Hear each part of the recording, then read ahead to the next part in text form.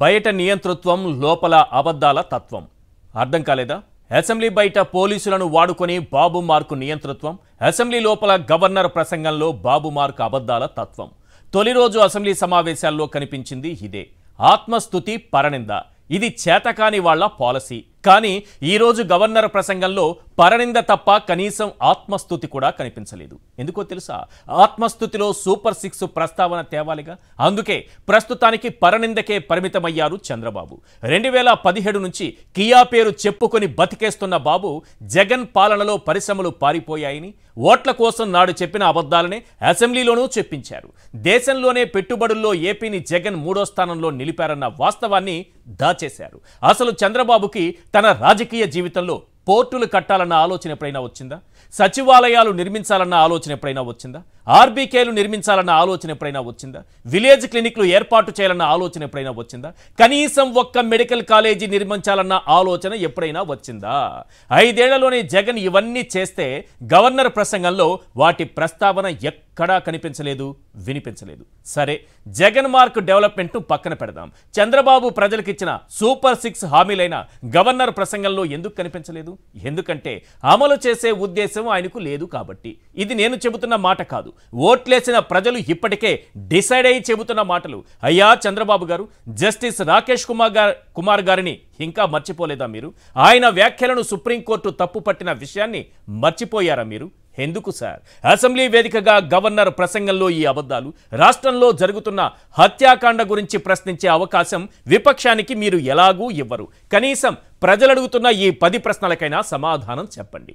Question number 1, governor ప్రసంగంలో super 6 హామీల ప్రస్తావన లేనే లేదు. అవునా కాదా? అసెంబ్లీ సాక్షిగా నిజం చెప్పండి చంద్రబాబు గారు. క్వశ్చన్ నెంబర్ 2, పథకాలు ఎగ్గొట్టేందుకే పూర్తిస్థాయి బడ్జెట్ ప్రవేశపెట్టడం లేదు. అవునా కాదా? అసెంబ్లీ సాక్షిగా నిజం చెప్పండి చంద్రబాబు గారు. క్వశ్చన్ నెంబర్ 3, రాష్ట్రంలో జరుగుతున్న హత్యాకాండపై మాట్లాడే ఉద్దేశం మీకు లేనే లేదు. అవునా కాదా? అసెంబ్లీ సాక్షిగా నిజం చెప్పండి చంద్రబాబు గారు. క్వశ్చన్ నెంబర్ 4, గతంలో రాజ్యాంగపరమైన విచ్ఛిన్నం జరిగిందంటూ అబద్ధాలు అచ్చేశారు. అవునా కాదా? అసెంబ్లీ సాక్షిగా నిజం చెప్పండి చంద్రబాబు గారు. Question number 5, justice Rakesh Kumar చేసిన ఈ వ్యాఖ్యల్ని గతంలో సుప్రీం కొట్టేసిన మీ తీరు మారలేదు. అవునా కాదా? అసెంబ్లీ సాక్షిగా నిజం చెప్పండి చంద్రబాబు గారు. క్వశ్చన్ నెంబర్ 6, రాష్ట్రం నుంచి పరిశ్రమలు వెళ్ళిపోతున్నాయంటూ పచ్చి అబద్ధాలు అచ్చేశారు. అవునా కాదా? అసెంబ్లీ సాక్షిగా నిజం చెప్పండి చంద్రబాబు గారు. క్వశ్చన్ నెంబర్ 7, జగన్ దేశంలోనే పెట్టుబడుల్లో రాష్ట్రాన్ని 3వ స్థానంలో నిలిపిన నిజాన్ని దాచేశారు. అవునా కాదా? అసెంబ్లీ సాక్షిగా నిజం చెప్పండి చంద్రబాబు గారు. క్వశ్చన్ నెంబర్ 8, 4 పోర్టులు, 10 ఫిషింగ్ హార్బర్లు, 17 మెడికల్ కాలేజీలతో జగన్ చేసిన అభివృద్ధిని దాచేశారు. అవునా కాదా? అసెంబ్లీ సాక్షిగా నిజం చెప్పండి చంద్రబాబు గారు. క్వశ్చన్ నెంబర్ 9, 15,000 సచివాలయాలు, 10,000 ఆర్బీకేలు, 30 లక్షల ఇళ్ల పట్టాలు, 15,000 జగనన్న కాలనీలను దాచేశారు. అవునా కాదా? అసెంబ్లీ సాక్షిగా నిజం చెప్పండి చంద్రబాబు గారు. క్వశ్చన్ నెంబర్ 10, 2017 నుంచి మోడీ రాష్ట్రానికి తెచ్చిన కియా పేరు చెప్పుకొని మీరు బతికేస్తున్నారు. అవునా కాదా? అసెంబ్లీ సాక్షిగా నిజం చెప్పండి చంద్రబాబు గారు. ప్రజలు అడుగుతున్నటువంటి ఈ 10 ప్రశ్నలకు సమాధానం చెప్పాలి. హత్యాకాండాల గురించి, రాష్ట్రంలో జరుగుతున్న అరాచకాల గురించి, దారుణాల గురించి, అత్యాచారాల గురించి, నడి రోడ్డుపైనే నరికి చంపుతున్న అంశాల గురించి అసెంబ్లీలో విపక్షాలకు మాట్లాడే అవకాశం మీరు ఎలాగూ ఇవ్వరు. కాబట్టి ప్రజలే మిమ్మల్ని 10 ప్రశ్నలు అడుగుతున్నారు. ఆ 10 ప్రశ్నలకు మీరు సమాధానం చెప్పండి. కనీసం అసెంబ్లీ దగ్గరికి ప్రతిపక్ష నేత వస్తే ప్లకార్డులు కూడా లాక్కుంటూ పోలీసులు చేసినటువంటి దౌర్జన్యం, ఇది మీ నియంతృత్వానికి నిదర్శనంగా కనిపిస్తోంది. ఒకసారి ఆ దృశ్యాలను ప్రసారం చేయండి. అసెంబ్లీ బయట ఏం జరిగింది? అసెంబ్లీ లోపల ఒకటి చెప్పాను కదా, అసెంబ్లీ బయట నియంతృత్వం, లోపల అబద్ధాల తత్వం. సింపుల్, ఒక్క లైన్లో మొదటి రోజు అసెంబ్లీ సమావేశాల గురించి చెప్పాలంటే.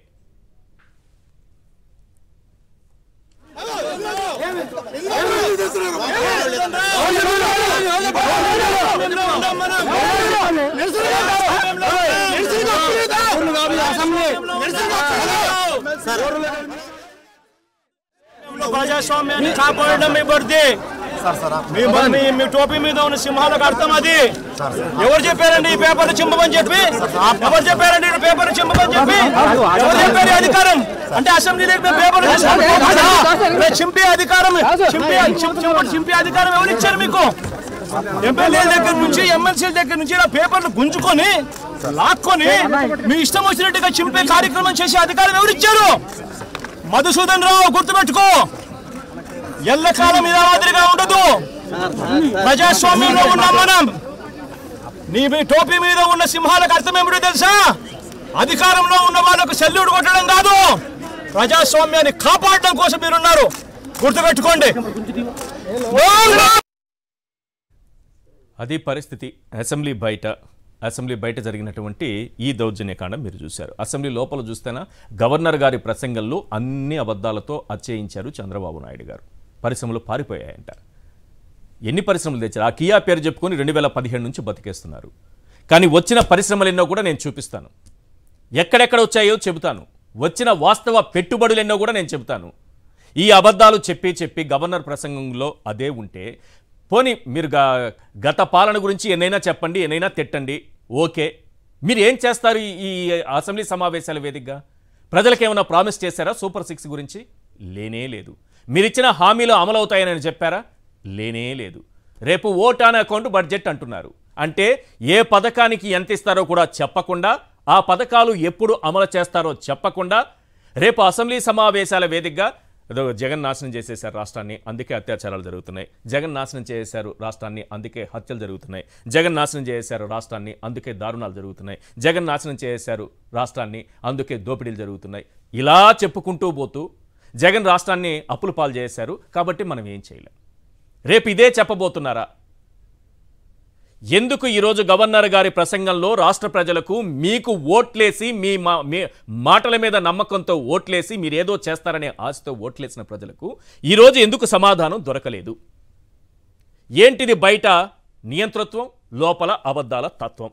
45 రోజుల్లో 36 హత్యలు జరిగాయి. అత్యాచారాలు 20కి పైగా జరిగాయి. ఆత్మహత్యలు 35 జరిగాయి. ఇక దాడులు, ఊరు నుంచి వెళ్ళగొట్టడాలు ఇవి లెక్కలేదు, వేలల్లో ఉన్నాయి. ఊర్లు వదిలిపోయినటువంటి కుటుంబాలు 2700 ఉన్నాయి. 700 కుటుంబాలు, 2700 కుటుంబాలు ఊర్లు వదిలిపోయారు. మరి ఇవన్నీ ప్రశ్నించాలా లేదా అసెంబ్లీలో?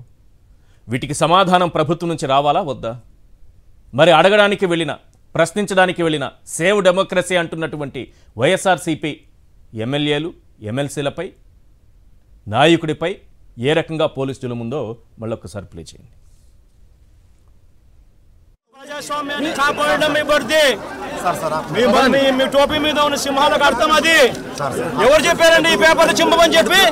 ఎవరు చెప్పారండి పేపర్లు చింపమని చెప్పి? ఎవరు చెప్పారు అధికారం? అంటే అసెంబ్లీ పేపర్లు చింపే అధికారం, చింపే అధికారం ఎవరు ఇచ్చారు మీకు?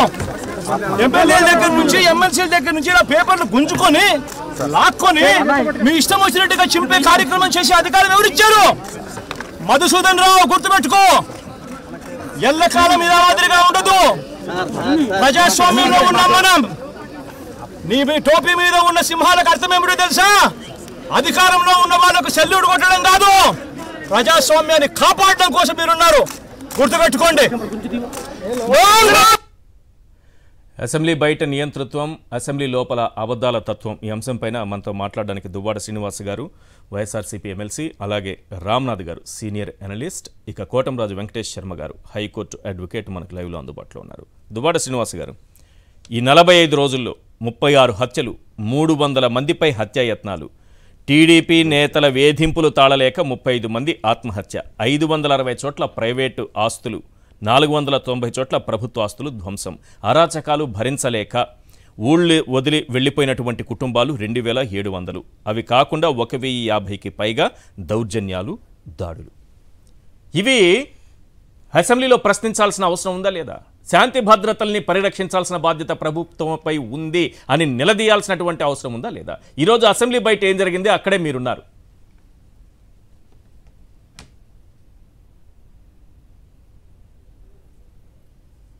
సార్ ఇప్పుడు నమస్కారం సార్. నమస్తే ఈశ్వర్ గారు, మీకు అలాగే ప్యానలిస్టులకు కూడా నా నమస్కారాలు సార్. సాక్షి వీక్షకులకు కూడా నా నమస్కారాలు. ఈరోజు అసెంబ్లీ ప్రారంభం, బడ్జెట్ పెడతామన్నారు. ఓకే, బయలుదేరి వెళ్ళాం. మా నాయకుడు వైఎస్ జగన్మోహన్ రెడ్డి గారితో పాటు 41 మంది ఎమ్మెల్సీలు, ఎమ్మెల్యేలు అందరూ కలిసి వెళ్ళి మేము మా గళం మేము విప్పాలి, మా మాట మేము చెప్పాలి అనుకుంటే మాకు ప్రధాన ద్వారం దగ్గరే ఆపేసి అత్యంత దారుణంగా ఇటీవల రాష్ట్రంలో ఈ 45 రోజులుగా జరుగుతున్నటువంటి హింస, మారణకాండ, దాష్టికం, ఈ దౌర్భాగ్యమైనటువంటి పరిస్థితులు చరిత్రలో ఎప్పుడూ కని విని ఎరుగని రీతిలో జరిగినటువంటి ఈ దౌర్జన్యాల్ని మేమందరం నిరసిస్తూ మాట్లాడాలి అని మేము నల్ల కండువాలు కూడా వేసుకుంటూ నిరసన తెలియజేస్తూ వెళ్ళి మేము కొన్ని పాపర్స్ను కూడా ఈ మధ్య జరిగినటువంటి హింసాకాండను కూడా మీరు ఇప్పుడు చెప్పినట్టు అవన్నీ కూడా ప్రదర్శిస్తూ వెళ్ళాం. అవి తీసుకొని చింపేసి మమ్మల్ని లోపలికి రానివ్వకుండా సాక్షాత్ ఒక మాజీ ముఖ్యమంత్రి శ్రీ వైఎస్ జగన్మోహన్ రెడ్డి గారు, ఆయన ఆధ్వర్యంలో ఒక 40 మంది ఎమ్మెల్సీలు ఎమ్మెల్యేలు కలిసి ఒక 50-55 మంది మేము వెళుతుంటే లోపలికి కూడా రానివ్వకుండా మమ్మల్ని చాలా అడ్డుకొని చాలా హింసించారు. చాలా దౌర్జన్యంగా, పోలీసులు అయితే చాలా దౌర్జన్యంగా మా మీద దాడి చేసినట్టుగానే ప్రవర్తించారు. దిక్కుతోచని స్థితిలో మేమందరం నినాదాలు చేసాం, కూర్చున్నాం, మాట్లాడాం, నచ్చజెప్పాం. మేము హౌస్లోకి వెళ్ళాలని ఎంత చెప్పినా కూడా వినిపించుకోని పరిస్థితిలో మధుసూదన్ రావు అనేటటువంటి ఒక డిపార్ట్మెంట్, ఒక పోలీస్ చాలా అసభ్యకరంగా మా చేతుల్లో ఉన్నటువంటి కాగితాలన్నీ కూడా చేసుకొని చింపేయటం వల్ల మేము ప్రదర్శిస్తున్నటువంటి ఇంతవరకు జరిగినటువంటి హింసను ప్రేరేపించినటువంటి ఈ కూటమి ప్రభుత్వం తాలూకు అగత్యాలన్నింటినీ కూడా మనం ప్రదర్శిస్తున్నటువంటి సందర్భంలో మమ్మల్ని అందరినీ అత్యంత దారుణంగా అక్కడి నుంచి వెళ్ళగొట్టడానికి ప్రయత్నించడానికి వాళ్ళెవరు? మేము ఒక సభ్యులుగా మేమందరం వెళ్తుంటే, మా నాయకుడు ఆధ్వర్యంలో మేము వెళ్తుంటే మమ్మల్ని లోపలికి రానివ్వకుండా ఆపటానికి వాళ్ళెవరు అని నేను అడుగుతున్నాను. చాలామందికి దెబ్బలు కూడా తగిలినాయి సార్. చాలామంది తోపులాట్లో ఇబ్బంది కూడా పడ్డారు, కింద పడిపోయినారు ఒకళ్ళిద్దరు. ఇంత దారుణంగా ప్రవర్తించవలసినటువంటి అవసరం ఏంటి సార్? అంటే రాష్ట్రంలో అధికారంలోకి వస్తే రెడ్ బుక్ రాజ్యాంగాన్ని అమలు చేస్తామని చెప్పినటువంటి మీరు ఈ హత్యలేంటి, ఈ హింస ఏంటి, ఈ పోలీస్ దాష్టికం ఏంటి? బయట అడుగు పెట్టాలంటే నాలాంటి వాడి మీద 1500 మంది పైచిలకు ఈ మధ్య వేల కొద్ది ఫోన్ కాల్స్ వచ్చేసారు. నిన్ను చంపేస్తాం, నిన్ను నరికేస్తాం, కారుతో తగలబెట్టేస్తాం, నీవెక్కడ కనబడితే అక్కడ అని చెప్పి అత్యంత దారుణంగా ఇటీవల నాకు చాలా ఫోన్ కాల్స్ వస్తే నేను పోలీస్ స్టేషన్లో కంప్లైంట్ కూడా ఇచ్చాను సార్. టెక్కల్లో నాకున్నటువంటి సెక్యూరిటీని తగ్గించేసినారు, అలాగే చాలా ఇబ్బందులు పెడుతున్నారు సార్. మాకున్నటువంటి వ్యాపారాలపైన దాడులు చేశారు. ప్రతి వైఎస్ఆర్ కాంగ్రెస్ పార్టీ కార్యకర్త పైన కూడా దాడులు ప్రారంభించారు. ప్రతి దగ్గర కూడా హింసిస్తున్నారు, చంపేస్తామంటున్నారు. అధికారం అంటే చంపటమా? అధికారం అంటే హింసించటమా? మీరు ఎన్నికలకు ముందు ఇచ్చినటువంటి ఏ మాటలైతే చెప్పారో, మేనిఫెస్టోలో ఏవైతే చెప్పారో అవి అమలు చేయలేక ఈరోజు బడ్జెట్ సార్, ఈశ్వర్ గారు మరో ముఖ్యమైన విషయం చెప్పాలి. బడ్జెట్ అన్నది మన రాష్ట్ర చరిత్రలో ఎప్పుడు కని విని ఎరుగని రీతిలో ఈరోజు జరిగేది. మీకు చారిత్రాత్మకమైనటువంటి విషయం నేను తెలియజేయాలి. ఓటాన్ అకౌంట్ ఏంటి సార్ బడ్జెట్? ఎందుకు సార్ ఫుల్ బడ్జెట్ పెట్టరు? ఫుల్ బడ్జెట్ పెట్టడానికి ఎందుకు మీకు ఆలోచించారు? అసలు అంతర్మదన, అసలు దీనిలో ఆంతర్యం ఏంటి? 3 నెలల కోసం ఎన్నికలు వచ్చినాయి కాబట్టి ఎస్ ఓటాన్ అకౌంట్ బడ్జెట్ పెట్టారు. మళ్ళీ ఇప్పుడు 4 నెలలకు పెడతారా? అంటే దీని అర్థం ఏంటంటే సార్, వాళ్ళు ఏదైతే మేనిఫెస్టోలో మాటలు చెప్పారో అవన్నీ అమలు చేయకుండా తప్పించుకోవటానికి ప్రతి విషయంలో కూడా శ్వేతపత్రాలను విడుదల చేస్తూ ఒకవైపు, మరోవైపు బడ్జెట్ని ఓటాన్ అకౌంట్ బడ్జెట్ ఎందుకు ఫుల్ బడ్జెట్ పెట్టలేపారు? దమ్ముంటే సమాధానం చెప్పమనండి సార్. ఏ విశ్లేషకుడికి కానీ, ఏ విమర్శకుడికి కానీ, ఏ తెలుగుదేశం కార్యకర్తకు కానీ ఈరోజు బడ్జెట్ పెట్టనటువంటి చరిత్ర రాష్ట్ర చరిత్రలో మొట్టమొదటిసారి వచ్చింది సార్. దీన్ని మేము వ్యతిరేకిస్తాం, దీన్ని మేము ప్రశ్నిస్తున్నాం. మాకు జరిగిన అన్యాయాన్ని గవర్నర్ గారు బడ్జెట్ సమావేశంలో ఓటాన్ అకౌంట్ ఏంటి అలా పెట్టడం వల్ల ఓటాన్ అకౌంట్ పెట్టి సార్, వాళ్ళు ఏదైతే అమ్మఒడి ప్రతి బిడ్డకి ఇస్తామన్నారు, అవును, ఇప్పుడు ఏదైతే వాళ్ళు మా మేనిఫెస్టోలో మాటలు చెప్పినారో, వాళ్ళు వాగ్దానాలు ఇచ్చారో ఆ వాగ్దానాలను అమలు చేయాలంటే బడ్జెట్ అలొకేట్ చేయాలి. బడ్జెట్ అలొకేట్ చేయాలంటే ఈ మొత్తం బడ్జెట్లో ఫుల్ బడ్జెట్లో పెడితే ఫుల్ బడ్జెట్లో అవన్నీ చూపించాలి. అవన్నీ చూపించకూడదు.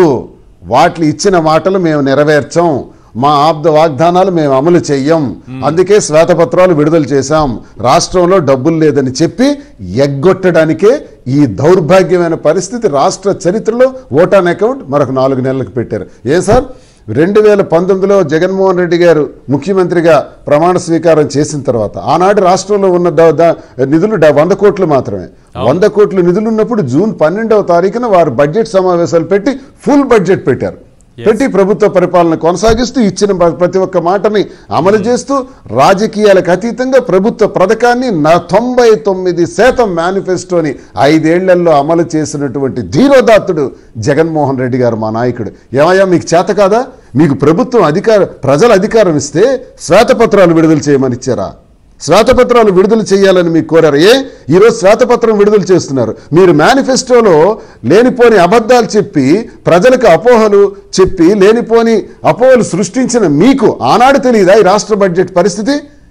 ఆ రోజు తెలియదా? మీరు జగన్మోహన్ రెడ్డి గారు ఇచ్చిన మేనిఫెస్టోలో రాష్ట్ర బడ్జెట్కి అనుకూలంగానే ఇవ్వటం జరిగింది. అది కాదని మీరు ఇష్టానుసారంగా ఇచ్చినటువంటి వాగ్దానాలు ఆ రోజు మీకు బడ్జెట్ విషయం తెలియదా? రాష్ట్రంలో ఆర్థిక పరిస్థితులు తెలియదా? ఈ రోజు మాత్రం మీరు శ్వేతపత్రాలు విడుదల చేస్తారా? శ్వేతపత్రాలు విడుదల చేసి ఓటాన్ అకౌంట్ పెడతారా? మోసం, దగ. ఈ రోజు అసెంబ్లీ సాక్షిగా ప్రజలకు మోసం చేశారు సార్. కోటాను కోట్ల మంది ప్రజలకు అన్యాయం చేశారు సార్. సభకెళ్ళి ప్రశ్నిస్తామంటే మమ్మల్ని అడ్డుకున్నారు సార్.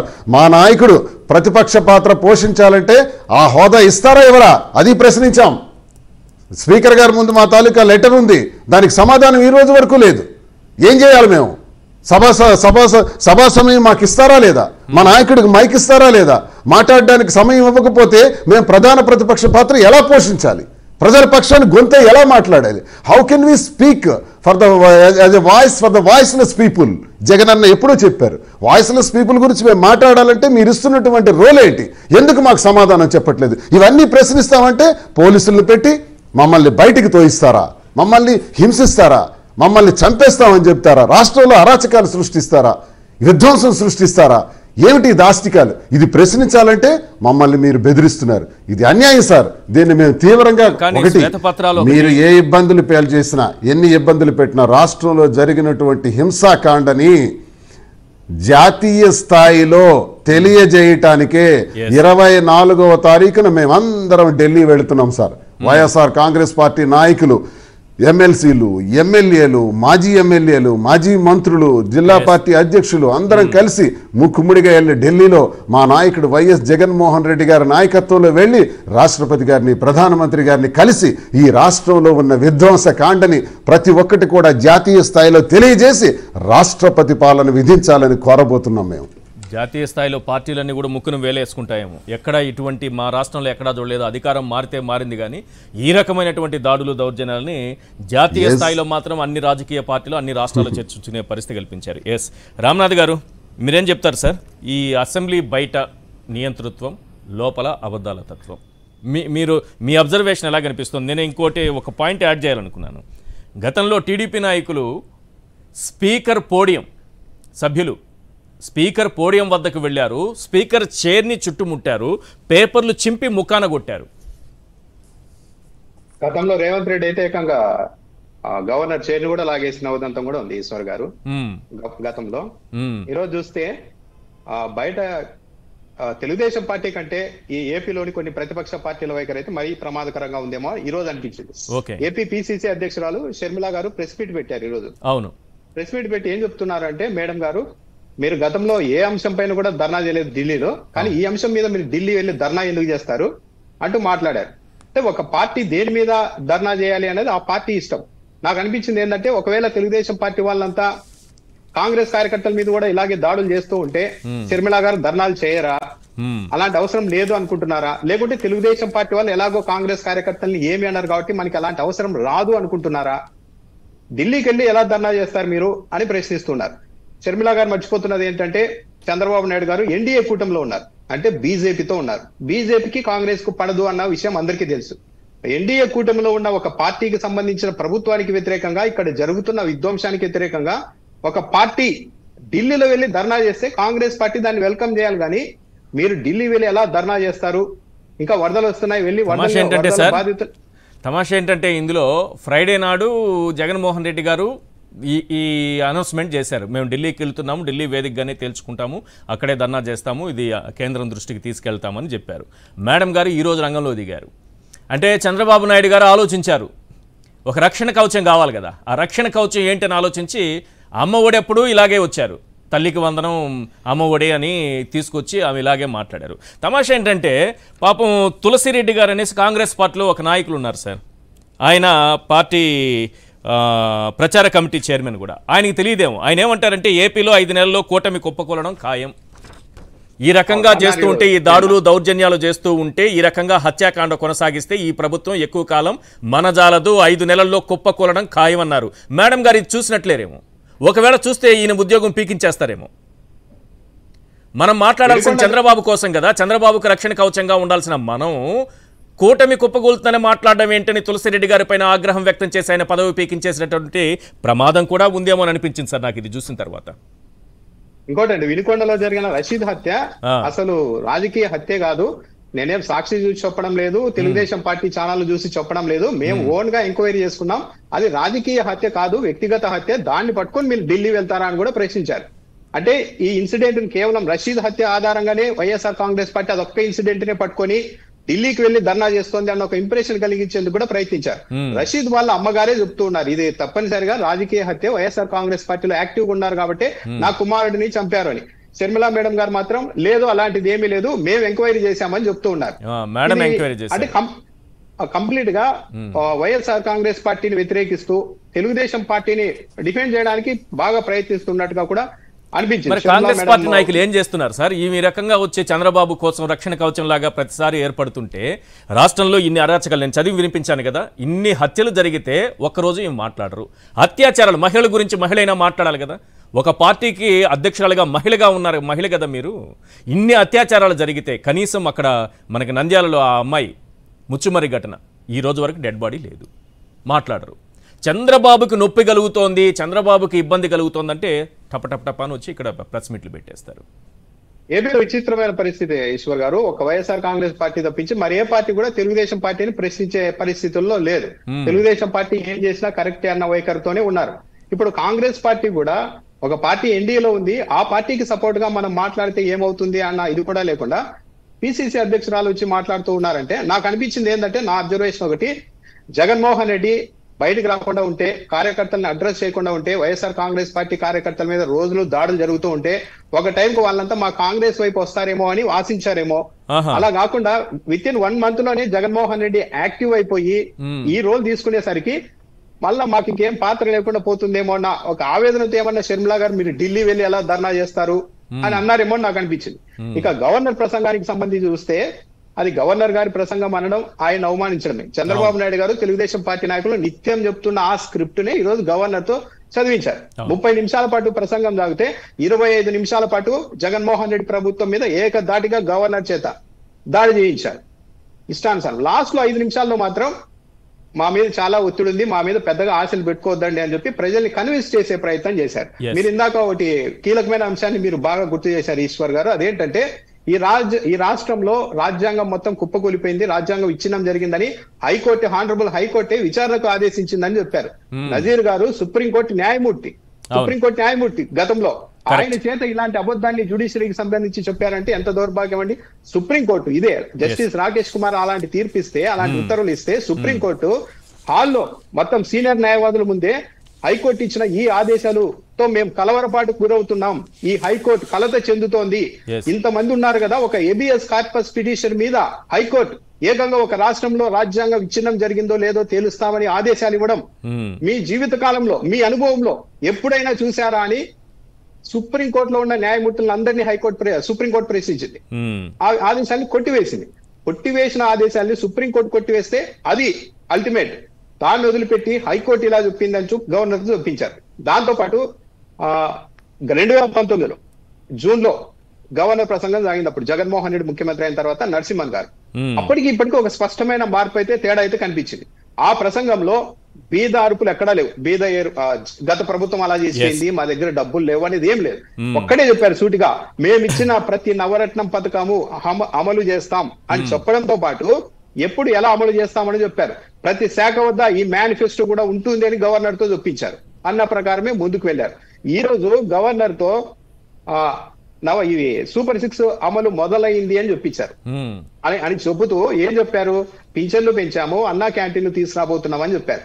నిజానికి ఈ రెండు కూడా తెలుగుదేశం పార్టీ మేనిఫెస్టోలో ఒక భాగమే కానీ ఇవి సూపర్ 6 కానే కాదు. సూపర్ సిక్స్ పథకాలు ఏంటి? రైతులకు 20,000, నిరుద్యోగ 20 లక్షల ఉద్యోగాలు, లేకుంటే 3,000 రూపాయలు నిరుద్యోగ వృత్తి, ప్రతి మహిళకు 1,500, ప్రతి పిల్లాడికి 15,000, ప్రతి రైతుకు 20,000, గ్యాస్ సిలిండర్లు ఏడాదికి 3 ఫ్రీ, ఉచిత బస్సు ప్రయాణం అన్నారు. ఇవన్నీ ఎక్కడా కూడా అసలు ఆ ప్రణాళిక ఆ ఊసే కనిపించడం లేదు. కానీ మేము మొత్తం అమలు చేసేస్తున్నాము అన్నట్టుగా గవర్నర్ గారితో చెప్పించారు. ఇది ఒక వాస్తవ దూరమైన పరిస్థితి. పరిశ్రమల్ని తరిమేశారు అన్నది బాగా తీసుకెళ్లారండి. ఈ రోజు గవర్నర్ ప్రసంగంలో పదే వినిపించింది. పారిశ్రామికవేత్తలు కాన్ఫిడెన్స్ కోల్పోయారు అన్నట్టుగా మాట్లాడారు.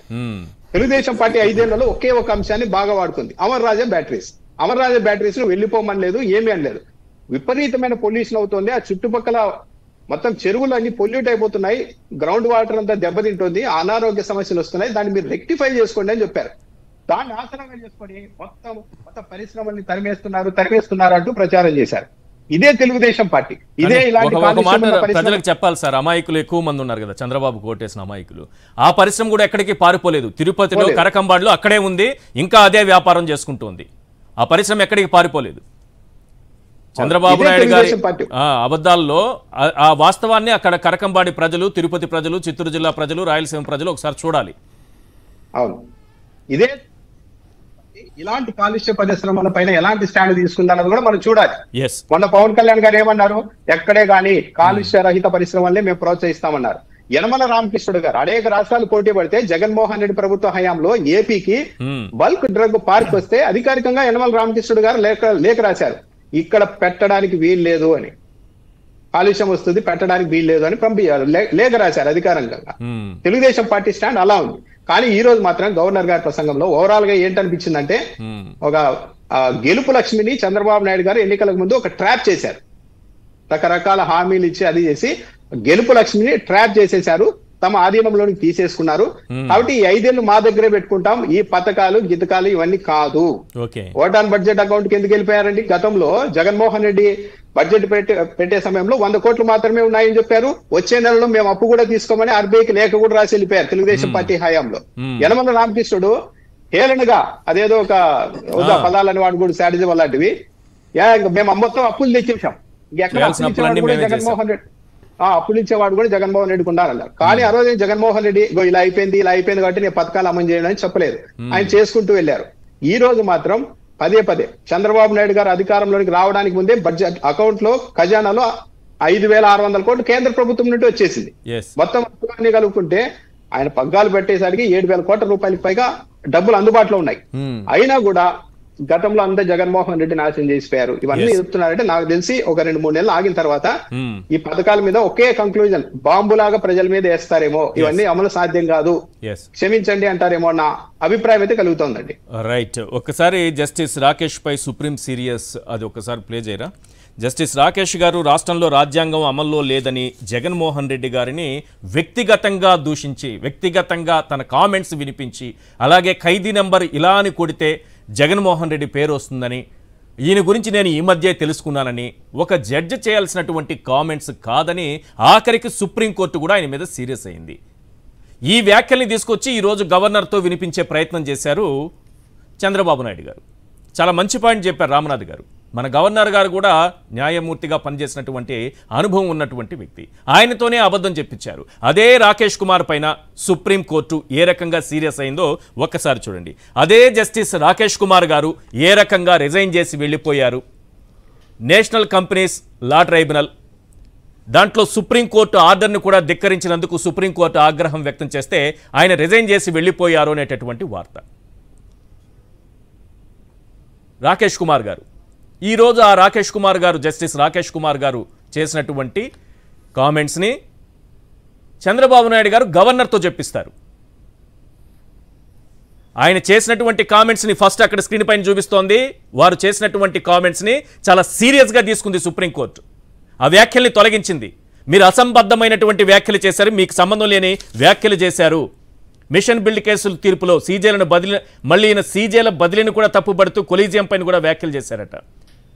ఇవన్నీ కూడా దృష్టిలో పెట్టుకుని చాలా క్లియర్గా చెప్పింది. ఆయన అనుచిత వ్యాఖ్యల్ని మొత్తం కూడా తొలగించేసింది. పైగా వారు ఇక్కడి నుంచి వెళ్ళిపోయిన తరువాత నేషనల్ కంపెనీస్ లా ట్రైబ్యునల్ అని ఒకటి ఉంటుంది.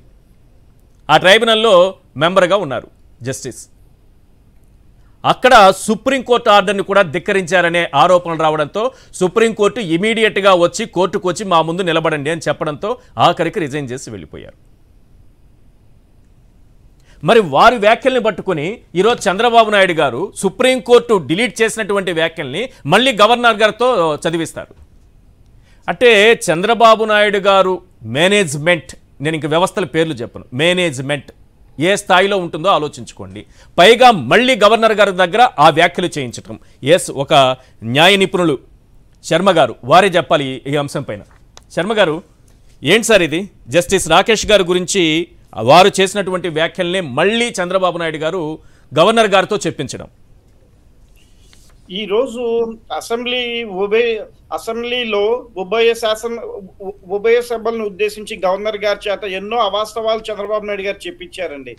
ఆ వాస్తవాల్లో సుప్రీంకోర్టు తొలగించిన వ్యాఖ్యల్ని ఈ రాకేష్ గారు ఏదైతే ఉన్నారో అనుచితంగా ఆ రోజుల్లో అన్నారు చేశారని సీరియస్ అయ్యి తొలగించిన వ్యాఖ్యల్ని కూడా రాజ్యాంగ ధర్మాసనం చెప్పిన వాటిని రాజ్యాంగాన్ని పరిరక్షించే గవర్నర్ గారి చేత పలికించడం చేయటము ఇదంతా కూడా చంద్రబాబు నాయుడు గారి అహంకార ధోరణిని చంద్రబాబు నాయుడు గారు నేను నాకు అధికారం ఇచ్చారు కాబట్టి ప్రజలు నేను అన్ని వ్యవస్థల్ని నా చేతుల్లో పెట్టుకుంటే ఎవరినన్నా ఏదన్నా చేయగలను, హత్యలు చేయించగలను, అన్ని చేయించగలను, అన్ని బిల్డింగ్లు అనధికారికంగా కూల్చగలను.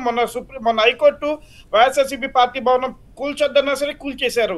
అట్లానే గవర్నర్ గారి చేత కూడా నేను అవాస్తవాలు పలికించగలను. సుప్రీం తొలగించిన వ్యాఖ్యల్ని చంద్రబాబు నాయుడు గారు గవర్నర్ గారితో మళ్ళీ చెప్పించడం అనేది ఏ రకంగా చూడాలి? ఒక న్యాయ నిపుణులుగా చెప్పండి. ఇది ఎంత ఇది అలా చేయొచ్చా? సుప్రీంకోర్టుని కూడా అవమానించినట్టు కదా ఇది. అదే సార్ నేను చెప్పేది. ఇప్పుడు సుప్రీంకోర్టు వ్యవస్థతో సహా ఏదన్నా సరే నేను వాటన్నిటికన్నా అధినేతని, వాటన్నిటికీ కూడా నేనే అధిపతిని అనే అహంకార ధోరణితోటి ఈ రోజు ఆ మాటలు పలికించడం చేశారు. వారికి తెలియదా సుప్రీంకోర్టు ఆ వ్యాఖ్యలను తొలగించిందని చెప్పి, సుప్రీంకోర్టు ఆ వ్యాఖ్యల మీద సీరియస్ అయిందని అయినా తెలిసినా ఈ రోజు గవర్నర్ గారి చేత అవి ఆ వాస్తవాలను మళ్ళీ పలికించారు, ఆ వ్యాఖ్యల్ని మళ్ళీ చెప్పించారు అంటే రాజ్యాంగ అధినేత అయినటువంటి రాష్ట్రంలో ఆయన రాజ్యాంగానికి ఎడ్డుగా ఉండినటువంటి గవర్నర్ గారిని కూడా వారి స్వప్రయోజనాల కోసం వాడుకుంటూ జగన్ గారి మీద కక్షపూరితంగా ఒక ఆయుధంలాగా గవర్నర్ గారి వ్యాఖ్యల్ని సోషల్ మీడియాలో అన్నిట్లో ట్రోల్ అవ్వాలనే ఉద్దేశంతో చంద్రబాబు నాయుడు గారు ఇది చేశారనుకోవచ్చు. అది చాలా తప్పండి. సుప్రీంకోర్టుకి కూడా అగౌరవపరిచినట్టే, సుప్రీంకోర్టుకి కూడా విలువ ఇవ్వకుండా ప్రవర్తించారు ఈ రోజు చంద్రబాబు నాయుడు గారు, వారి ప్రభుత్వం అని చెప్పి మనం భావించాలి. ఇది ఖచ్చితంగా న్యాయ నిపుణులు కానివ్వండి, రాజ్యాంగబద్ధంగా అంబేద్కర్ రాజ్యాంగాన్ని గౌరవించే వాళ్ళు ఎవరైనా సరే దీన్ని తప్పు పట్టాలి, చేయాలి. దీనిని ఆహ్వానించే పరిస్థితుల్లో అయితే లేదండి. అట్లాగే ఎన్నో అవాస్తవాలు గవర్నర్ గారితో పలికించిన చంద్రబాబు నాయుడు గారు ఈ రోజు ఇంకొక విషయం చెప్పండి సార్, ఒక విషయం సార్, ఇంకొకటి న్యాయపరమైన అంశమే. జస్టిస్ రాకేష్ కుమార్ గారు రిటైర్డ్ అయ్యో బదిలీ అయ్యో వెళుతున్నప్పుడు అమరావతి రైతుల పేరుతో కొందరు ధర్నా చేస్తుంటారు కదా, వాళ్ళందరూ పూలు జల్లి ఆయనకి దారి పొడవున పూలతో పాన్పులాగా అదే ఆయన కాన్వాయ్ లేదా వెహికల్ వెళ్తున్నటువంటి దారిలో చేసింది వీరి విషయంలోనేనా, రాకేష్ కుమార్ గారి విషయంలోనేనా? అవునండి, రాకేష్ కుమార్ గారి విషయంలోనే చేశారండి. వారు రిటైర్ అయ్యి వెళ్ళిపోతున్నప్పుడు ఆ రోజు అన్ని పచ్చపూలన్నీ పరుస్తూ చెందుతూ జగన్ గారిని తిట్టారు అని చెప్పేసి, ప్రభుత్వానికి వ్యతిరేకంగా మాట్లాడారు అని చెప్పేసి అమరావతి ప్రజలు ఈ టీడీపీ పక్షాలకు సంబంధించిన వాళ్ళందరూ కూడా వారు ఆ రోజు వారిని దేవుళ్లాగా పూజిస్తూ సాగనింపారు ఆ రోజు. అది కూడా వారి ప్రవర్తన తీరుకు అర్థం పడుతుంది. ఒక జస్టిస్ గా వారు దాన్ని స్వాగతించకూడదు. న్యూట్రల్ గా ఉండాల్సిన వ్యక్తి న్యూట్రల్ గా లేకుండా చేయకుండా అంత జరుగుతున్నప్పుడు చేస్తున్నప్పుడు అవేమి వద్దు అని చెప్పేసి వారు వేరే దారిలో అయినా వెళ్ళిపోవాలి. కానీ వారు దాన్ని ఆహ్వానిస్తూ వారందరికీ ఆ కారులో నుంచొని దండాలు పెడుతూ చేస్తూ ఆ రోజు వాటిని స్వీకరించారండి. అది కూడా ఆ రోజు జస్టిస్ గా వారు ఉండి అవి స్వీకరించడం అనేది కరెక్ట్ కాదు.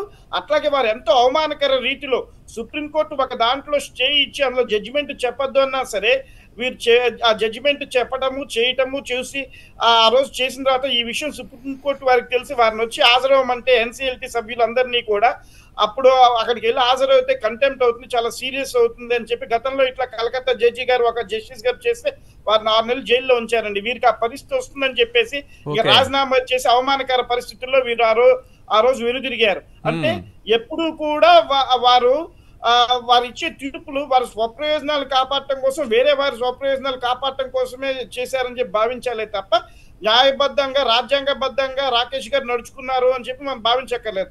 అట్లాంటి రాకేష్ గారు చేసిన వ్యాఖ్యల్ని ఈ రోజు అసెంబ్లీ సాక్షిగా రాజ్యాంగ అధినేత అయినటువంటి గవర్నర్ గారి చేత చంద్రబాబు నాయుడు గారు పలికించారంటే వ్యవస్థలన్నీ నా చేతుల్లో ఉన్నాయి, నేను ఏ కోర్టునైనా దేన్నైనా శాసించగలను, సుప్రీంకోర్టు కాదన్నది కూడా నేను చేయగలను అని చెప్పే ఉద్దేశంతోనే చంద్రబాబు నాయుడు గారు చెప్పించారని భావించాలండి మనం. ఇన్ని అవసరాలు చెప్పించిన చంద్రబాబు నాయుడు గారు అదేదో ఓట్ ఆన్ అకౌంట్ బడ్జెట్ ఎందుకంటే అసలు బడ్జెట్ ప్రవేశపెట్టచ్చు కదా. ఎట్లాగో అతను ఏది చెప్పినా సరే ఏది చేసే తత్వం కాదు. ఓన్లీ అంకెల్ గ్యారంటీ చేయడానికే వారు బడ్జెట్ ప్రవేశపెట్టేది. మేనిఫెస్టోలో ఎట్లా అయితే అంకెల్ గ్యారంటీ చేసేటప్పుడు అన్ని చెప్పారు, సూపర్ 6 కి ఎక్కడైతే నిధులు కేటాయించాల్సి వస్తుందనో ఏమో మరి ఓట్ ఆన్ అకౌంట్ బడ్జెట్ ప్రవేశపెడుతున్నారండి. ఒకళ్ళు నిజంగా నేను చేస్తానని నిధులు కేటాయించినా చేసే తత్వం లేదు, చేయలేరు. దానికి వాటన్నిటి తప్పించుకోవడం కోసం 25 నిమిషాల పాటు జగన్ గారి ప్రభుత్వం అది ఇచ్చేసిందండి. అవాస్తవాలు గవర్నర్ గారి నోటి నుంచి వారు చెప్పించారండి. వారు బడ్జెట్ నేను ఇంకొకసారి చెప్పారంటే 3 నెలల తర్వాత వారు బడ్జెట్ ప్రవేశపెట్టినా చేసిన వారన్న పథకాలు ఏవి కూడా అమలు పరిచే అవకాశం లేదు. అదేదో 3 నెలల తర్వాత 4 నెలల తర్వాత చేసేదేదో ఇప్పుడే ప్రవేశపెట్టినా ఏదైనా ఒకటే. అంటే నేను ప్రజలకు ఏం చెప్పదలుచుకున్నానంటే చంద్రబాబు నాయుడు గారు మేనిఫెస్టో ఎట్లా ఉంటుందో అసెంబ్లీలో పలికే వ్యాఖ్యలు కానీ బడ్జెట్లు కానీ అదే విధంగా ఉంటాయి తప్ప ప్రజలకు ఉపయోగపడే పనులు ఏమి అసెంబ్లీ సాక్షిగా చేయరని. ఇంకొకటి మీరు అడగాల, నేను షర్మిల గారి వ్యాఖ్యలు చెప్పండి. షర్మిల గారు కాంగ్రెస్ పార్టీని అడ్డం పెట్టుకొని వారి పర్సనల్ ఎజెండా అమలు పరుస్తున్నారే తప్ప కాంగ్రెస్ పార్టీని ఒక ఆయుధంగా తీసుకొని వారు పర్సనల్ గా వారికి ఉన్న పగా ప్రతీకారాలు తీర్చుకోవడానికి చేయడానికి వారు ఈ ప్రెస్ మీట్లు పెట్టడం కానీ ఇవన్నీ చేయడం కానీ చేస్తున్నారండి. క్లియర్ గా సోషల్ మీడియాలో చిన్న పిల్లవాడితో సహా అంటే మా పిల్లలను 8th 9th చదివే వాళ్ళు కూడా చూసారు. టీడీపీ పార్టీ అతను కదండి, అతను చంపిన ఆయన అని చెప్పి తెలిసినప్పుడు టీడీపీ పార్టీ ఉన్న ఫోటోలు షర్మిల గారు చూడలేదా? ఇద్దరు వైఎస్ఆర్సీపీ నేతలు కొట్టుకున్నారు, ఒకళ్ళు చంపుకున్నారని చెప్పి అన్నారు. అంటే సోషల్ మీడియాలో అతను అంతమంది నాయకులతో కేకులు కట్ చేయించి చేయించినవి అవన్నీ కూడా అవాస్తవాలు. ఆ ఫోటోలన్నీ ఆమె కనబడలేదా? అతని సోషల్ మీడియాలోనే పెట్టుకున్నారు. ఇంకొకటి అక్కడ వాళ్ళ ఇంట్లో కుటుంబ సభ్యులు ఒక ఓటర్ చనిపోయి ఉంటే చేస్తే కనీసం అక్కడ ఆంజనేయులు గారు ఎమ్మెల్యే గారు వచ్చి పలకరించలేదు, చేయలేదు. దాన్ని బట్టే మీకు అర్థం అవ్వట్లేదా చంపినైన టీడీపీ వాళ్ళు బాధితులు వైఎస్ఆర్సీపీ పార్టీ వాళ్ళు అని చెప్పి అక్కడ వాళ్ళు ఎంతో బాధపడుతూ వ్యాఖ్యానించారు.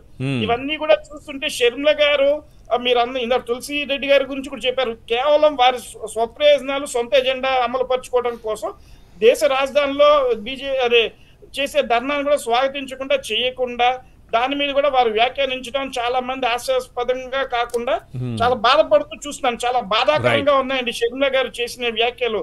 ఏదన్నా ప్రతిపక్షంగా ఉండి ఇంకో ప్రతిపక్షానికి సపోర్ట్ గా లేకుండా ఇట్లాంటి మాటలు వారు ఫ్యూచర్ లో మాట్లాడకూడదు అని చెప్పి ప్రజలందరూ భావిస్తున్నారండి. రైట్ శ్రీనివాస్ గారు, జగన్ హత్యా రాజకీయాలు చేశారని ఏపీ కాంగ్రెస్ అధ్యక్షుడు షర్మిల విమర్శించారు. సొంత చెల్లెలకు జగన్ వెన్నుపోటు పొడిచారంట. బాబాయ్ హత్యపై ఢిల్లీలో ఎందుకు చేయలేదట. ఈ హత్య మొన్న వినుకొండలో జరిగిన హత్య రాష్ట్రం మొత్తం చూసింది, ఒళ్ళు గగురు పొడిచింది. ఆఖరికి టీడీపీ నాయకులైనా సరే, టీడీపీలో ఉన్నవాళ్ళు చంద్రబాబు నాయుడు గారు లేకపోతే ఇంకెవరో నాయకులు లోకల్గా ఉండే ఎమ్మెల్యే వాళ్ళు ఏదైనా మాట్లాడచ్చు, కానీ ఇలాంటి హత్యలు జరగకూడదు, ఇంత దారుణంగా మనిషి నరక చంపడం ఏంటి, ఆ కుటుంబానికి అండగా ఉండాలి అనే ఆలోచన కరుడుగట్టిన మనిషికి కూడా వచ్చింది ఆ దారుణమైన హత్య చూస్తే. కానీ అదేంటో రాజశేఖర్ రెడ్డి గారి కుమార్తె షర్మిల గారికి రాలేదు. ఆవిడ చంద్రబాబు నాయుడు గారికి ఢిల్లీలో ఎక్కడ చెడ్డ పేరు వస్తుందోనని అసలు నీకు ధర్నా చేసే అర్హతే లేదు అని అంటున్నారు. ధర్నా చేసే అర్హత లేదంట. అదే వాళ్ళ పార్టీకి సంబంధించిన నాయకుడు ఈ విధంగా స్పందించారు. ఏపీలో 5 నెలల్లో కూటమి కుప్పకూలడం ఖాయం తులసిరెడ్డి గారు. ఇలాగే మీరు కొనసాగితే ఈ రకమైన హత్యలు, దారుణాలు, దౌర్జన్యాలు, అత్యాచారాలు చేస్తే దీన్ని నియంత్రించకపోతే ఈ కూటమి కుప్పకూలుతుందంటే మీకు అసలు అర్హతే లేదని షర్మిల గారు అంటారు. ఇక్కడ అర్హతలు ముఖ్యమా? ఈ రాష్ట్రంలో మహిళల భద్రత ముఖ్యమా? ప్రాణాలను కాపాడుకోవడం ముఖ్యమా? ఆస్తుల విధ్వంసం జరగకుండా చూడటం ముఖ్యమా? వైఎస్ఆర్ విగ్రహాలు కూలిపోతుంటే ఈ మహాతల్లి గారు ఏ రోజు మాట్లాడలేదు. అప్పుడు కూడా చంద్రబాబు నాయుడు గారికి అండగానే నిలబడ్డారు రక్షణ కవచంలా. ఈశ్వర్ గారు, ఎస్, వినిపిస్తోందా? ఇప్పుడు వినిపిస్తుంది సార్. ఎస్, షర్మిల గారు చేసినటువంటి కామెంట్స్ వినిపిస్తుంది. ఈ రోజు చంద్రబాబు నాయుడు గారికి ఒక రక్షణ కవచంలా ఆమె ఉపయోగపడుతున్నారా?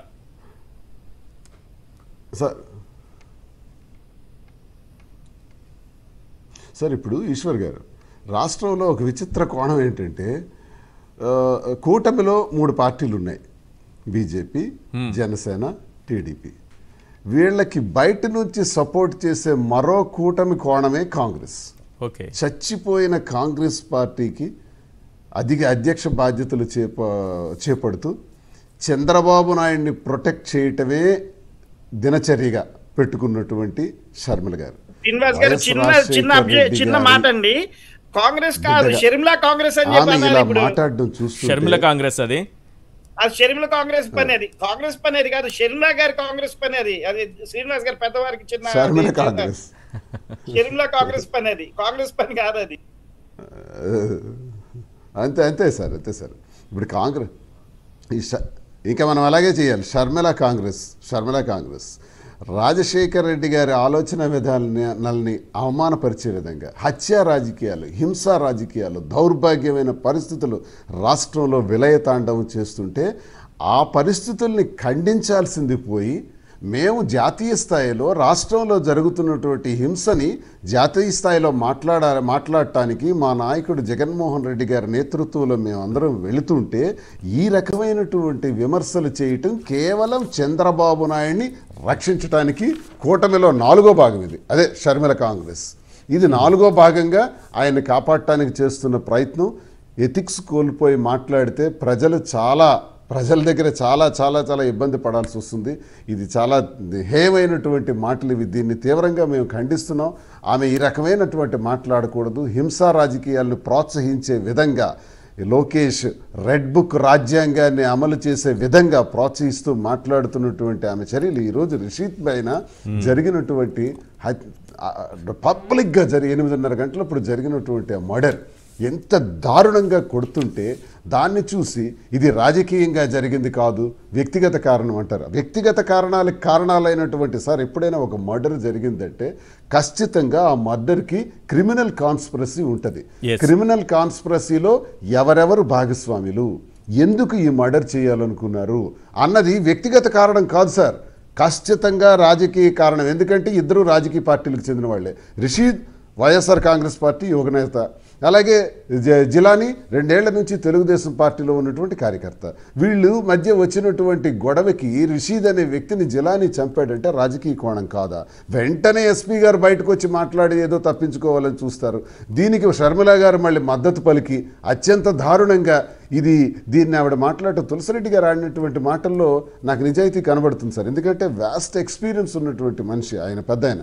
అవును, కుప్పకూలిపోవడం ఖాయం. ఇదే హింసా రాజకీయాలు జరిగితే, ఇలాంటి శాంతి భద్రతలను ఉల్లంఘించే విధంగా ఇలాంటి అశాంతి రాజకీయాలను రెచ్చగొడితే రాష్ట్రంలో తప్పకుండా కుప్పకూలిపోవటం ఖాయం. అందుకే మేము ఈరోజు రాష్ట్రపతి పాలన కోరుతున్నాం సార్. రాష్ట్రపతి పాలన కోరాల్సినటువంటి అవసరం 45 రోజుల్లోనే ఎందుకు వచ్చింది అంటే, మేమైతే యాక్చువల్గా ఏమనుకున్నామంటే చంద్రబాబు నాయుడు చేసిన తప్పులన్నీ కూడా ఒక 5-6 నెలలు పరిశీలిద్దాం, జాన్యువరి నాటికి ఇవన్నీ కూడా బయటకు వస్తాయి, మనం అప్పుడు ప్రజల పక్షాన్ని గొంతెత్తి మాట్లాడాలనుకున్నటువంటి సందర్భంలో మమ్మల్ని తట్టి లేపి ఈ హింస, వాళ్ళు ప్రేరేపిస్తున్నటువంటి హింస ఈరోజు మాకు ముందడుగేయాల్సినటువంటి అవసరం 45 రోజులకే వచ్చింది. ఈరోజు ఢిల్లీ స్థాయికి వెళ్ళి మాట్లాడవలసినటువంటి అగత్యం వచ్చింది. ఈరోజు రాష్ట్రంలో జరుగుతున్నటువంటి హింసాకాండకి షర్మిల గారు అలా మాట్లాడటం అన్నది మేము తీవ్రంగా ఖండిస్తున్నాం. ఇది చాలా దౌర్భాగ్యమైనటువంటి విమర్శ. కాంగ్రెస్ పార్టీ ఆత్మపరిశీలన ప్రోత్సహించాలి అనుకుంటే ఇలాంటి నాయకురాలను పెట్టుకుని కాంగ్రెస్ పార్టీ చంద్రబాబుకు తొత్తుగా మారిపోతుంటే, కాంగ్రెస్ పార్టీలో నిజమైన నాయకులు ఉంటే వాళ్ళు ఆత్మపరిశీలన చేసుకోవాల్సినటువంటి అవసరం ఉందా లేదా?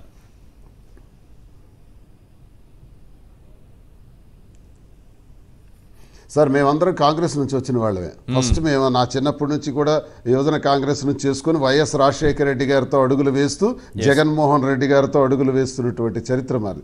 కాంగ్రెస్ పార్టీకి ఇది చాలా అధిష్టానం తీసుకున్నటువంటి నిర్ణయం. షర్మిల గారు ఇలా మాట్లాడుతుంటే ఆ అధిష్టానం కూడా ఖండించకపోవటం, చంద్రబాబు నాయుడు చర్యలన్నిటికీ కాంగ్రెస్ పార్టీ మద్దతు ఇస్తుందా? ఈ హింసను రాష్ట్రంలో ప్రేరేపించడానికి కారణమైనటువంటి కూటమికి రాహుల్ గాంధీ గారు మద్దతు ఇస్తున్నారా? ఏం జరుగుతోంది అసలు? వారి అభిప్రాయం కూడా తెలియాలి. అందుకే నేషనల్ లెవెల్లో రేపు మాట్లాడబోతున్నటువంటి మాకు కాంగ్రెస్ స్టాండర్డ్ కూడా అర్థం కావాలి. అంటే హింసా రాజకీయాలకి కేంద్ర నాయకత్వం సపోర్ట్ చేస్తున్నట్ట షర్మిల గారు మాట్లాడే మాటలను బట్టి మాకు క్లారిటీ కావాలి. వాళ్ళ స్టాండర్డ్ కూడా తెలియాలి. అంటే నేషనల్ లెవెల్లో కాంగ్రెస్ పార్టీ కూడా చంద్రబాబు నాయుడికి రాష్ట్ర కూటమిలో 4వ భాగంగా బీజేపీ, పవన్ కళ్యాణ్ అలాగే చంద్రబాబు నాయుడు ఏర్పాటు చేసినటువంటి ఈ ప్రభుత్వానికి వెనక నుంచి కాంగ్రెస్ పార్టీ మద్దతు కేంద్ర స్థాయిలో కూడా ఉందా? క్లారిటీ తెలియాలి. అంటే ఈ రాష్ట్రంలో జరుగుతున్నటువంటి హింసాకాండని ప్రశ్నించే ఒకే ఒక్క వ్యక్తి శ్రీ వైఎస్ జగన్మోహన్ రెడ్డి. ఇంక ఈ రాష్ట్రంలో మాట్లాడేటటువంటి శక్తి ఇంకేదీ లేదన్నది తేటతెల్లం అవుతుంది సార్. మేమే మాట్లాడాలి, ప్రజాగళం అవుతాం, మాట్లాడతాం. హౌస్లో కానీ, అసెంబ్లీలో కానీ, కౌన్సిల్లో కానీ గట్టిగా నిలదీసే కార్యక్రమాలను చేస్తూ ప్రజల పక్షాన ప్రతి విషయాన్ని కూడా మేము పోరాటం చేస్తూ కేంద్ర స్థాయికి, ఈరోజు జాతీయ స్థాయికి వెళ్ళబోతున్నాం.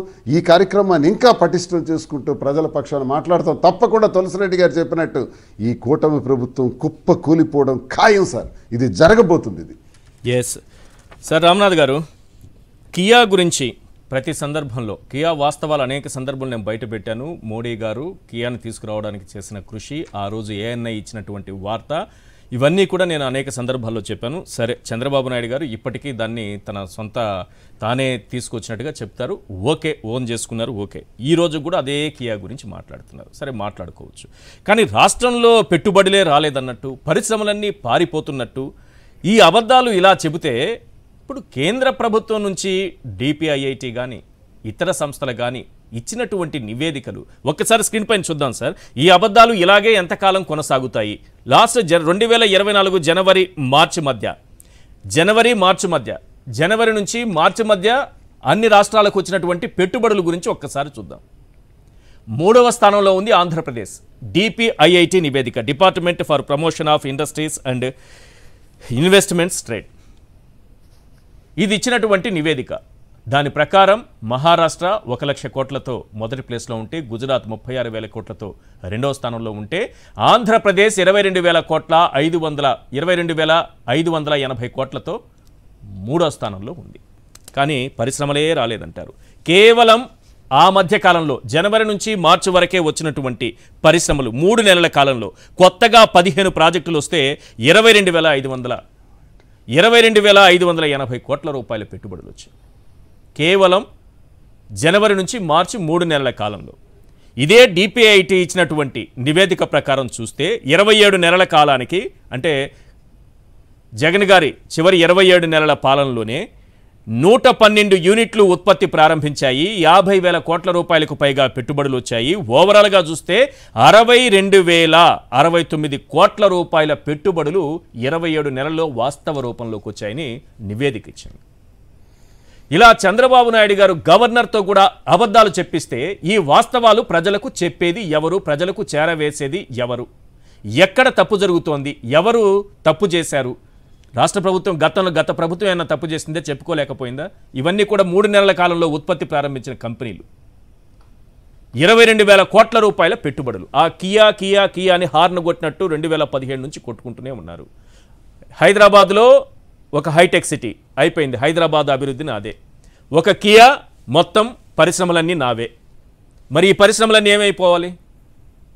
ఎక్కడ జరిగింది సార్ తప్పు? ఈ విధంగా అబద్ధాలు చెప్తున్నారు గవర్నర్ ప్రసంగంలో కూడా. అసలు ఈ రాష్ట్రంలో పెట్టుబడులే రాలేదా? ఈశ్వర్ గారు, తెలుగుదేశం పార్టీ వ్యూహాత్మకంగా తొలి నుంచి కూడా చేస్తున్న ప్రచారం ఏంటంటే మౌలిక సదుపాయాలు. అంటే ఇప్పుడు జగన్మోహన్ రెడ్డి హయాంలో కట్టినన్ని ప్రభుత్వ భవనాలు కావచ్చు, ప్రభుత్వ ఆస్తులు కావచ్చు, ఏ గవర్నమెంట్ లో కట్టలేదు. ప్రతి ఊర్లో సచివాలయాలు కావచ్చు, ఆర్బీకే సెంటర్లు కావచ్చు, మెడికల్ కాలేజీలు కావచ్చు, ఫిషింగ్ హార్బర్లు కావచ్చు, పోర్టులు కావచ్చు, ఇవన్నీ కట్టారు. కానీ వాటి మీద డిబేట్ పెట్టకుండా మౌలిక సదుపాయాలు అనగానే రోడ్లను చూపెడతారు. అంటే ఎక్కడైతే ప్రభుత్వం కొద్దిగా వెనుకబడిందో దాన్ని పూర్తిగా ముందుకు తీసుకురావడం, మిగిలిన అంశాలన్నీ పక్కడికి తోసేయమన్నది తెలుగుదేశం పార్టీ తొలి నుంచి కూడా వ్యూహాత్మకంగా చేస్తూ వచ్చింది. రోడ్లు ఎందుకు దెబ్బతిన్నాయి అంటే, జగన్మోహన్ రెడ్డి గారు ముఖ్యమంత్రి అయిన తర్వాత తొలి 4 ఏళ్లు విపరీతమైన వర్షాలు పడ్డాయి. ఎప్పుడైనా సరే వర్షాలు ఎక్కువ పడితే రోడ్లు దెబ్బతినడం అనేది కామన్ గా జరుగుతుంది. దాని అంశాన్ని మాత్రమే ముందు పెట్టి మౌలిక సదుపాయాలే లేవు, ఏమీ చేయలేదు అన్న ఒక ఇంప్రెషన్ ని తీసుకొచ్చారు. ప్రభుత్వ హాస్పిటల్ బాగు చేసిన అంశాన్ని పక్కకు దోసేశారు. గవర్నమెంట్ స్కూల్ అంశాన్ని పక్కకు దోసేశారు. కేవలం రోడ్లు చూపెట్టడం ఏమీ చేయలేదని. దానికి కారణం ఏంటి? వర్షాలు ఎక్కువ అవడం వల్ల. ఇంకా కియా తెచ్చామంటారు. కియా తెచ్చారు కానీ అది మోడీ గారు రికమెండ్ చేస్తే అన్ని వచ్చినప్పటికీ కూడా ఆ కియా పరిశ్రమ చుట్టూ అనంతపురం జిల్లాలో భూములు ఎవరు కొన్నారో ఒకసారి ఎంక్వైరీ చేయండి ఈశ్వర్ గారు. ఒక్కొక్కరు మొత్తం అంతా ఎంతమంది కొన్నారు ఏంటనేది తెలుస్తుంది. ఒక కియాతోనే మొత్తం అభివృద్ధి జరిగిపోయిందని చెప్తారు.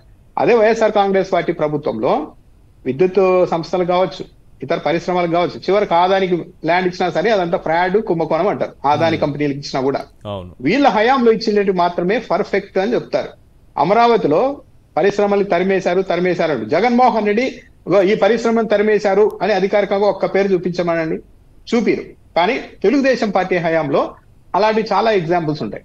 అమరావతిలో Indo UK health institute of సంస్థ 1000 పడకలతో ఒక హాస్పిటల్ కడతామని వచ్చారు. 150 ఎకరాలు భూమి ఇస్తామన్నారు. ఆ తర్వాత వాళ్ళతో 25 కోట్ల రూపాయలు కట్టించుకుంది సిఆర్డిఏ. కానీ భూమి ఇవ్వకపోతే పలుమార్లు చంద్రబాబు నాయుడు చుట్టూ ఆ కంపెనీ సీఈఓ తిరిగినా అపాయింట్మెంట్ ఇవ్వలేదు. కొన్ని నెలల తర్వాత ఒక టీం వెళ్ళి, ఇది నేను చెప్పడం కాదండి, ఆ కంపెనీ సీఈఓనే ఒక మీడియా సంస్థకే చెప్పారు. డైరెక్ట్ గా ఆ కంపెనీ దగ్గరికి కొందరు తెలుగుదేశం పార్టీ పెద్దలు వెళ్ళి, ఇలా అయితే పని కాదు, 150 ఎకరాలు ఇస్తున్నాం కదా, ఒక్కో ఎకరాకి 1 కోటి రూపాయలు చొప్పున ఇవ్వండి, అలాగే హాస్పిటల్ నిర్మాణం పూర్తయిన తర్వాత 25% వాటా మా పెద్దలకి ఇచ్చేయండి, ఇంకా మొత్తం మీ జెట్ స్పీడ్ తో పనులు జరిగిపోతాయంటే అసలు ఆ ప్రపోజల్ కి ఆయన బిత్తరపోయి, మీ ఇక్కడ వద్దు, మీ అమరావతి వద్దు, మీ భూమి వద్దు, 20 కోట్లు పోయినా పర్లేదు అని చెప్పేసి వెళ్ళిపోయారు. ఇది రికార్డు అప్పట్లో పత్రికల్లో కూడా ప్రధానంగా వచ్చింది. ఇలాంటి వ్యవహార శైలి ఉంది. ఇక షర్మిల గారు ఒక విషయం కొద్దిగా ఒక ఆయన చెప్పారు, మీరు గమనించారా? లాస్ట్ టైం షర్మిల గారు ఒక ప్రెస్ మీట్ పెట్టారు.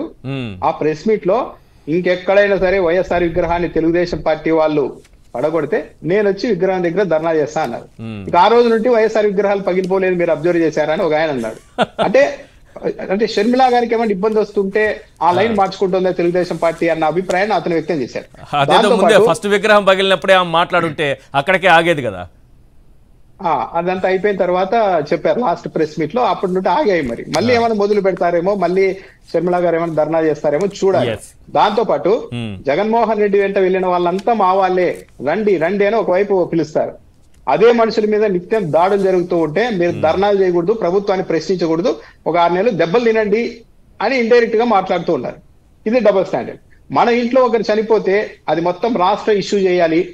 అదే ఒక సామాన్యుడు కార్యకర్త హత్యకు గురైతే, రషీద్ అనే వ్యక్తి హత్యకు గురైతే దాన్ని ఎవరు మాట్లాడకూడదు, అది ఒక వ్యక్తిగత కక్షగానే చూడాలి. మీరు దాన్ని ఢిల్లీకి వెళ్ళి ధర్నా ఎలా చేస్తారు అని మాట్లాడడం డబుల్ స్టాండర్డ్. దానికి తోడు ఈరోజు ప్రెస్ మీట్ లో కాంగ్రెస్ వాళ్ళంతా ఆలోచించుకోవాల్సిన అంశం ఏంటంటే, సొంత చెల్లికి కూడా వెన్నుపోటు పొడిచారని అన్నారు. మరి వెన్నుపోటు ఏందో తెలియదు. సొంత చెల్లికి వెన్నుపోటు అంటే అదే ఫ్యామిలీ ఇష్యూ అయి ఉంటుంది. ఫ్యామిలీ ఇష్యూని ఎక్కడ తెలుసుకోవాలి? ఫ్యామిలీలో తెలుసుకోవాలి, లేకుంటే ఇతర ఇన్స్టిట్యూట్లు ఉంటాయి తెలుసుకోవడానికి. ఒక పిసిసి అధ్యక్షురాలు హోదాలో ఉండి సొంత చెల్లికి కూడా వెన్నుపోటు పొడిచారు అని అంటూ ఉన్నారంటే ఆమె పిసిసి అధ్యక్షురాలుగా పనిచేస్తున్నారా, లేకుంటే అన్న మీద ప్రతీకారంతో పనిచేస్తున్నారా అన్న అభిప్రాయం అయితే కలుగుతుంది. ఈ కాంగ్రెస్ పార్టీ వాళ్ళు గుర్తు చేసుకోవాలి, మనం సిద్ధాంతపరంగా మన పార్టీ రన్ అవుతోందా, లేకుంటే వ్యక్తిగత అభిప్రాయాలు, వ్యక్తిగత కక్షల ఆధారంగా మనం ముందుకెళ్తున్నామా అన్నది కాంగ్రెస్ పార్టీ వాళ్ళే రివ్యూ చేసుకోవాలి. ఈశ్వర్ గారు right. Thank you sir. Ramnath గారు చర్చలో పాల్గొన్నందుకు, శర్మ గారు అలాగే శ్రీనివాస్ గారు thank you so much sir. ఇది వాళ్ళ చర్చా కార్యక్రమం. చూస్తూనే ఉండండి సాక్షి టీవీ.